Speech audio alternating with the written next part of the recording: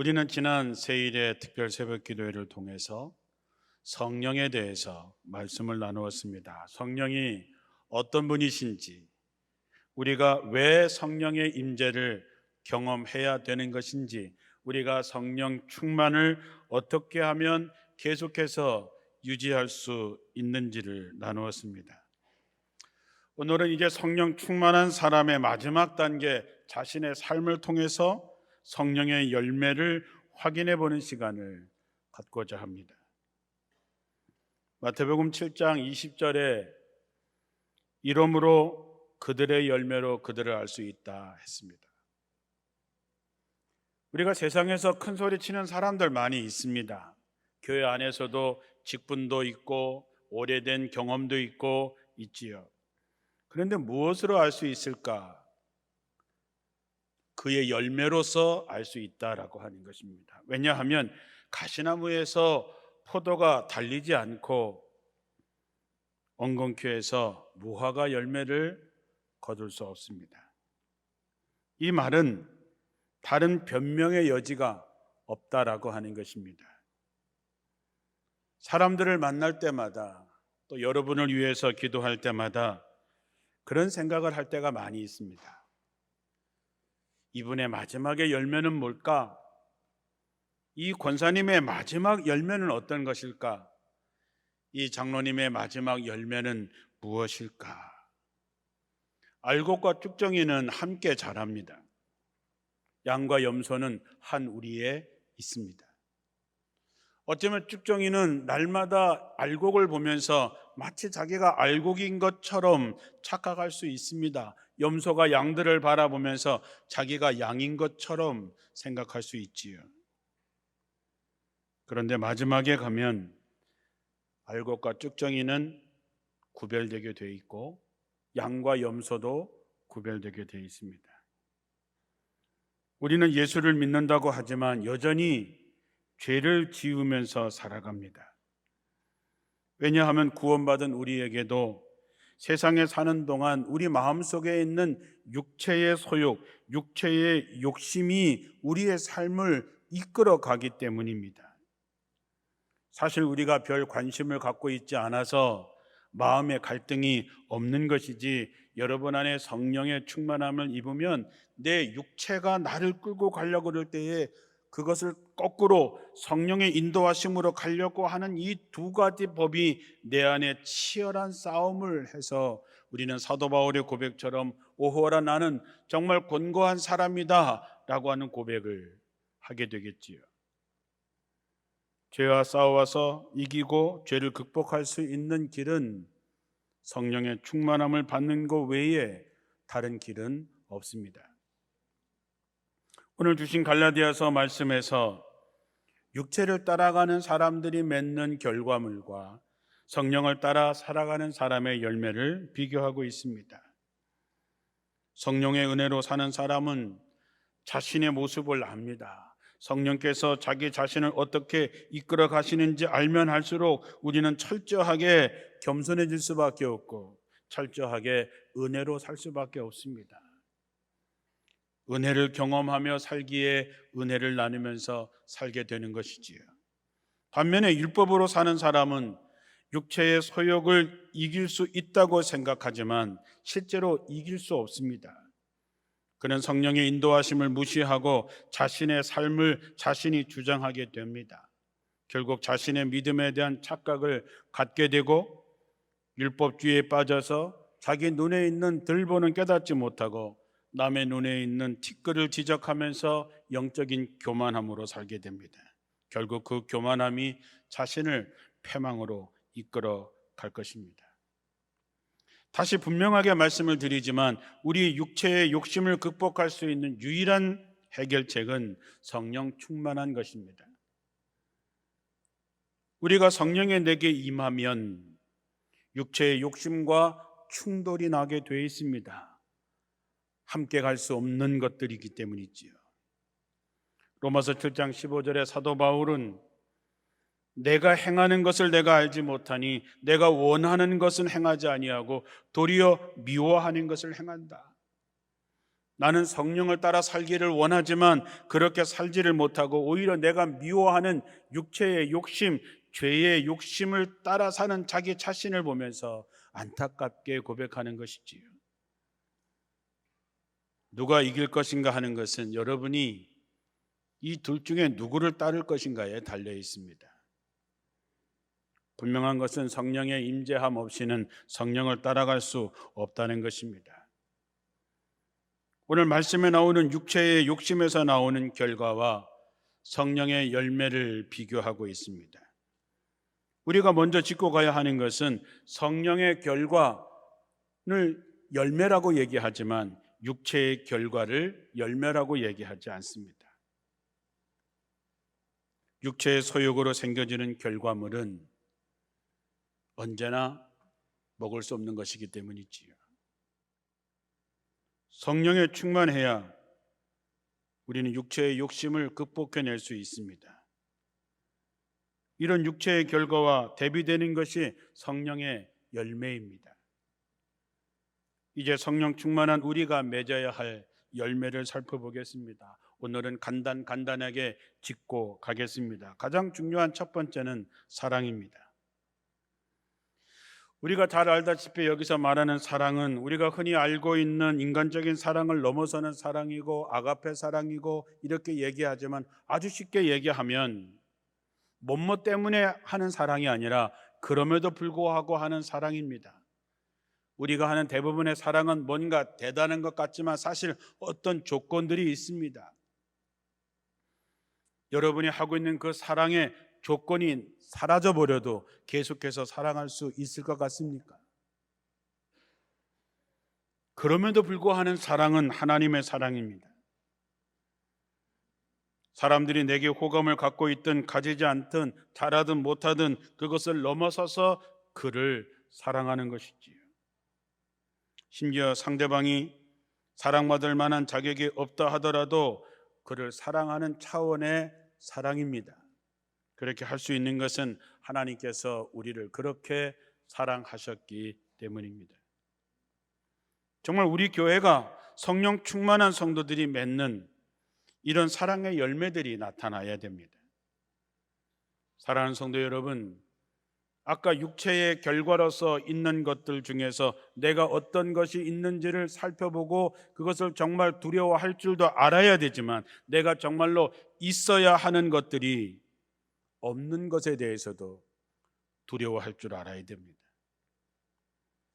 내가 정말로 하나님의 그 사랑, 허물을 덮어주고 영혼을 진정으로 사랑하는 그런 사랑이 정말 내게 있는지 두려워해야 됩니다. 왜냐하면 이것이 없이는 내가 어떤 직분에 있든지 어떤 은사가 있든지 나는 아무것도 아니기 때문입니다. 두 번째 열매는 희락입니다. 기쁨을 말합니다. 여러분의 마음속에 여러분의 정말 속에서부터 있는 기쁨과 평안이 있습니까? 있으세요? 어떤 것이 잘 되고 소원이 이루어지면 기쁘고 어떤 것이 잘 안 되면 슬퍼하는 그런 것이 아니라 여기서 말하는 희락과 기쁨은 세상에 줄 수 없는 내면의 기쁨입니다. 요한복음 14장 27절에 예수님께서 평안을 너희에게 끼치노니 곧 나의 평안을 너희에게 주노라. 내가 주는 것은 세상에 주는 것 같지 아니하니라. 그러니 너희는 마음에 근심도 하지 말고 두려워하지도 말라 그랬습니다. 예수님이 주시는 평안은 세상에 주는 것과 다르다 그랬습니다. 야고보서 1장 2절에는 내 형제들아 너희가 여러 가지 시험을 만나거든 온전히 기쁘게 여기라 그랬습니다. 아멘 하실 수 있으십니까? 시험을 당했습니다. 원치 않는 질병에 걸렸습니다.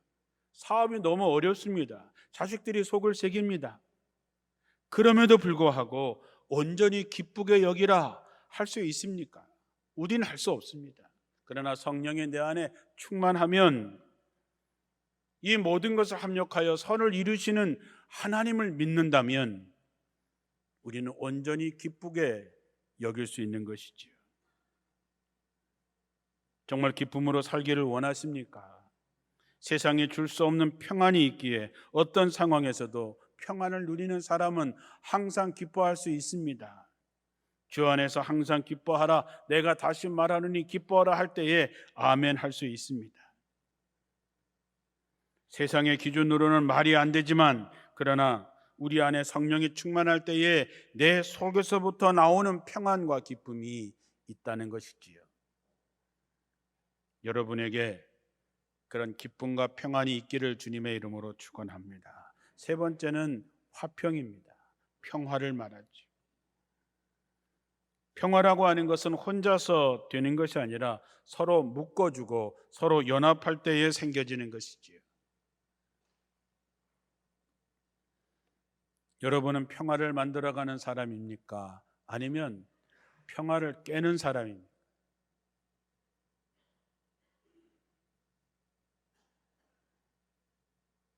여러분은 가정에서 평화를 만들어가는 주인공이십니까? 아니면 평화를 깨는 주인공이십니까? 여러분의 직장에서는 어떻습니까? 교회에서는 어떻습니까? 예수님은 에베소서 2장 14절에 이렇게 예수님을 표현합니다. 그리스도는 우리 사이의 평화이십니다. 그분은 우리 유대 사람과 여러분 이방 사람들을 한 가족으로 만들고 우리 사이를 갈라놓았던 벽을 허물어뜨렸습니다. 예수님은 자신의 생명을 내어주면서 평화의 왕으로 오신 것입니다. 사람과 사람과의 갈라놓았던 담을 다 허물어뜨리시고 우리를 한 가족으로 만드신 분입니다.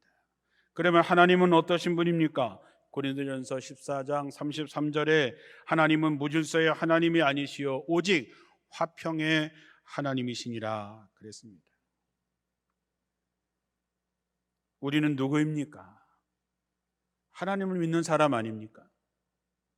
우리는 누구입니까? 예수님을 따르는 사람이 아닙니까?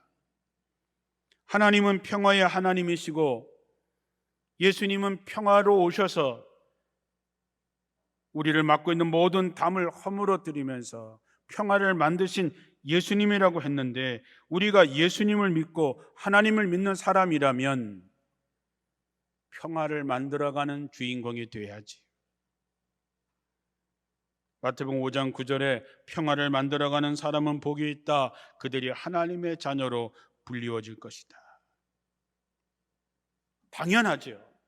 예수님도 평화를 위해서 오셨고 하나님도 평화의 하나님이시라면 당연히 우리도 평화를 만들어가는 사람이 되어야 되고, 그런 우리를 사람들이 하나님의 자녀라고 부른다는 것이죠. 네 번째는 오래 참음입니다. 오래 참는다고 하는 게 뭘까? 인간관계에서 다른 사람들이 내게 악을 행합니다. 나를 공격하고 내게 상처를 줍니다. 그러나 그것을 견디어내는 것입니다. 견디기 힘든 상황에도 불구하고 낙담하거나 실망하지 않고 마음의 평정을 유지하는 것, 그것을 우리는 오래 참음이라고 얘기합니다. 믿음이 깊어지면 깊어질수록, 우리가 성숙하면 성숙할수록 우리는 참는 법을 잘 알게 되지요. 내 감정을 사람을 대하는 태도로 나타내 주지 않습니다. 기다리고 또 기다려줍니다. 오래 참음은 사랑과도 연결되어 있습니다. 우리가 고린도전서 13장 사랑에 대해서 시작할 때에 사랑은 오래 참고, 사랑의 첫 번째 설명이 오래 참는 것으로 시작된다 했습니다. 오래 참음은 평화와도 관련되어 있습니다.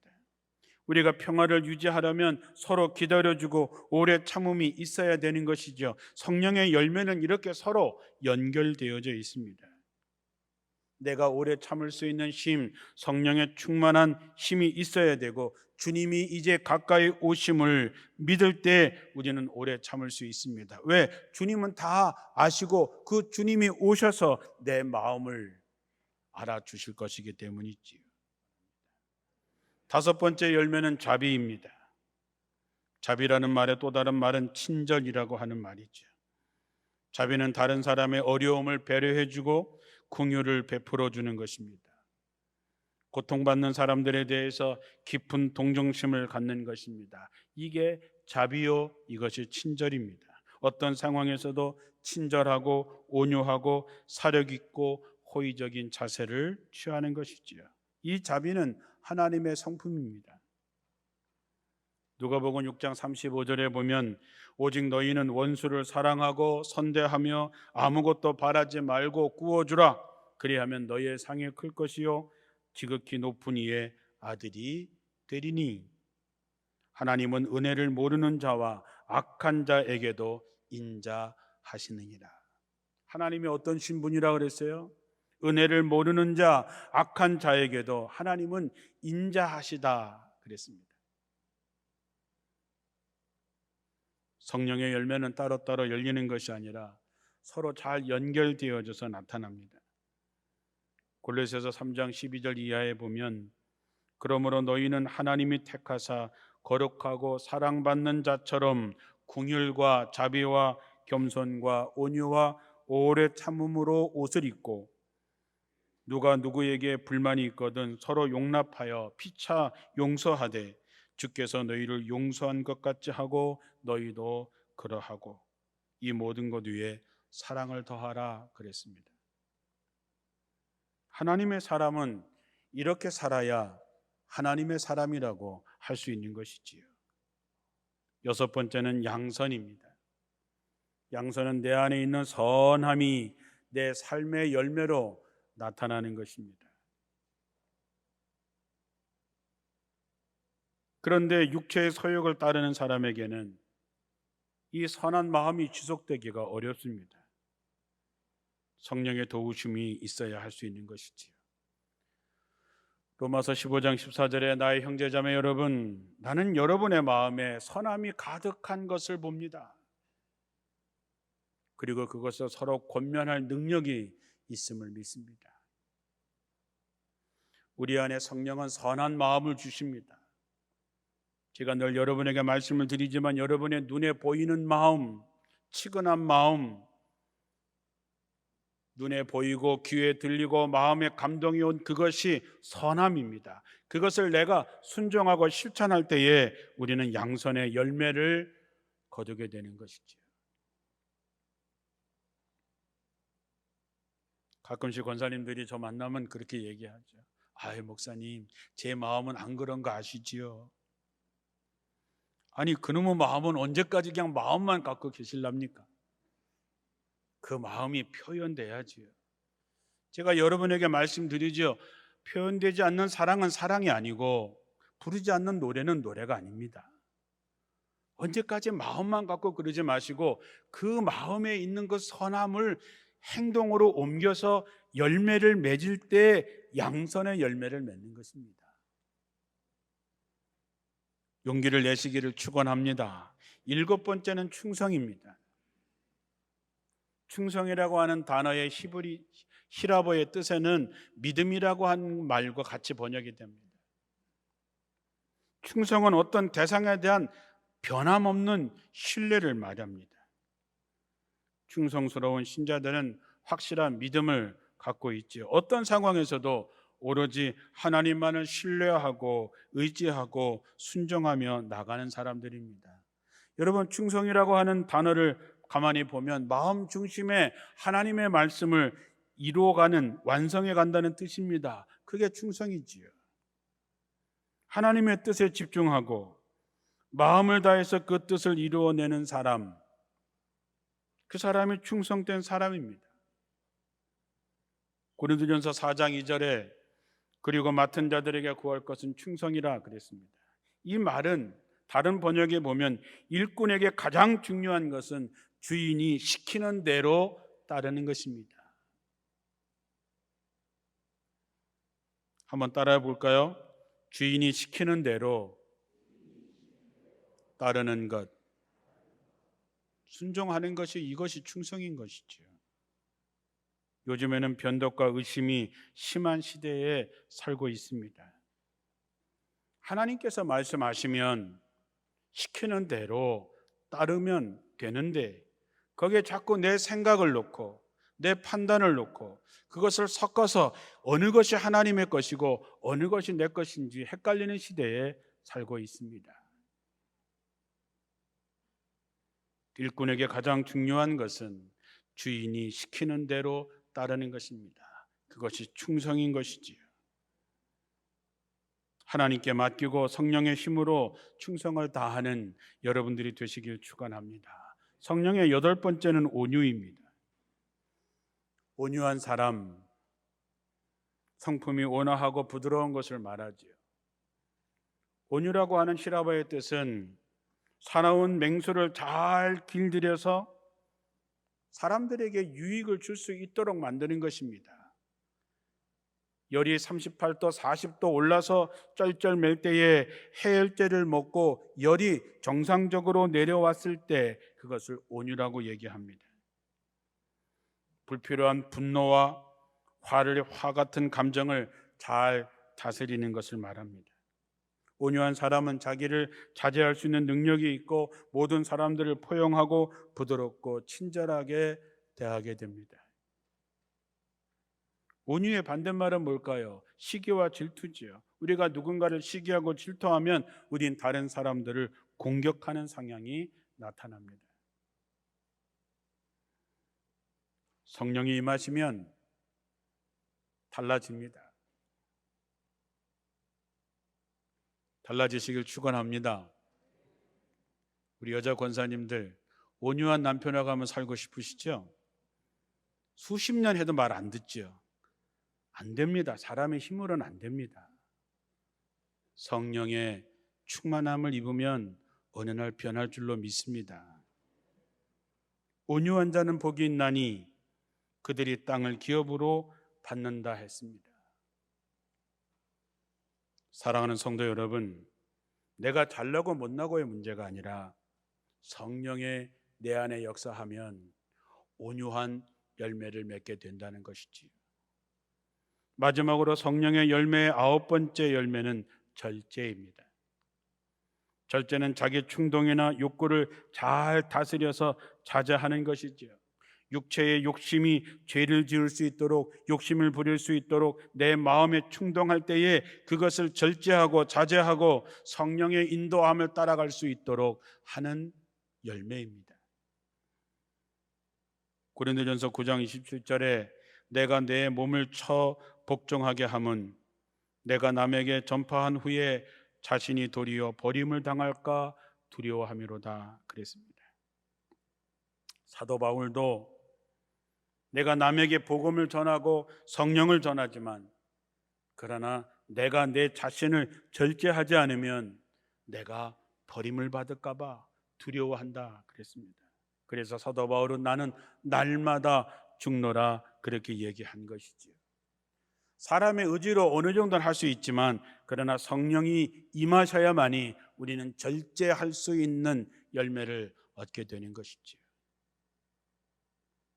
오늘 우리는 성령의 9가지 열매는 모두 하나님의 성품이며 그리스도의 성품이십니다. 우리가 성령 충만해서 그 하나님의 성품, 예수님의 성품을 닮아가야 되고 그러한 것들이 내 삶을 통해서 열매를 맺어야 됩니다. 성령 충만의 현상이 어떤 눈에 보이는 은사로 나타납니다. 방언, 예언, 병 고치는 은사 그런 것도 나타나지만 그것보다 더 중요한 것은 내가 어떤 은사들 받았든지 간에 성령의 열매로 나타나야 됩니다. 성령의 열매로 나타나야지만 진짜 성령의 사람인 것이죠. 이제 여러분의 삶에 성령의 9가지 열매를 맺어서 여러분의 신앙의 인격 안에서 균형을 이루고 우리가 사는 삶의 현장에서 더불어 사는 기쁨을 저롭게 나타날 수 있는 성령의 주인공들이 되시기를 주님의 이름으로 축원합니다. 기도하겠습니다.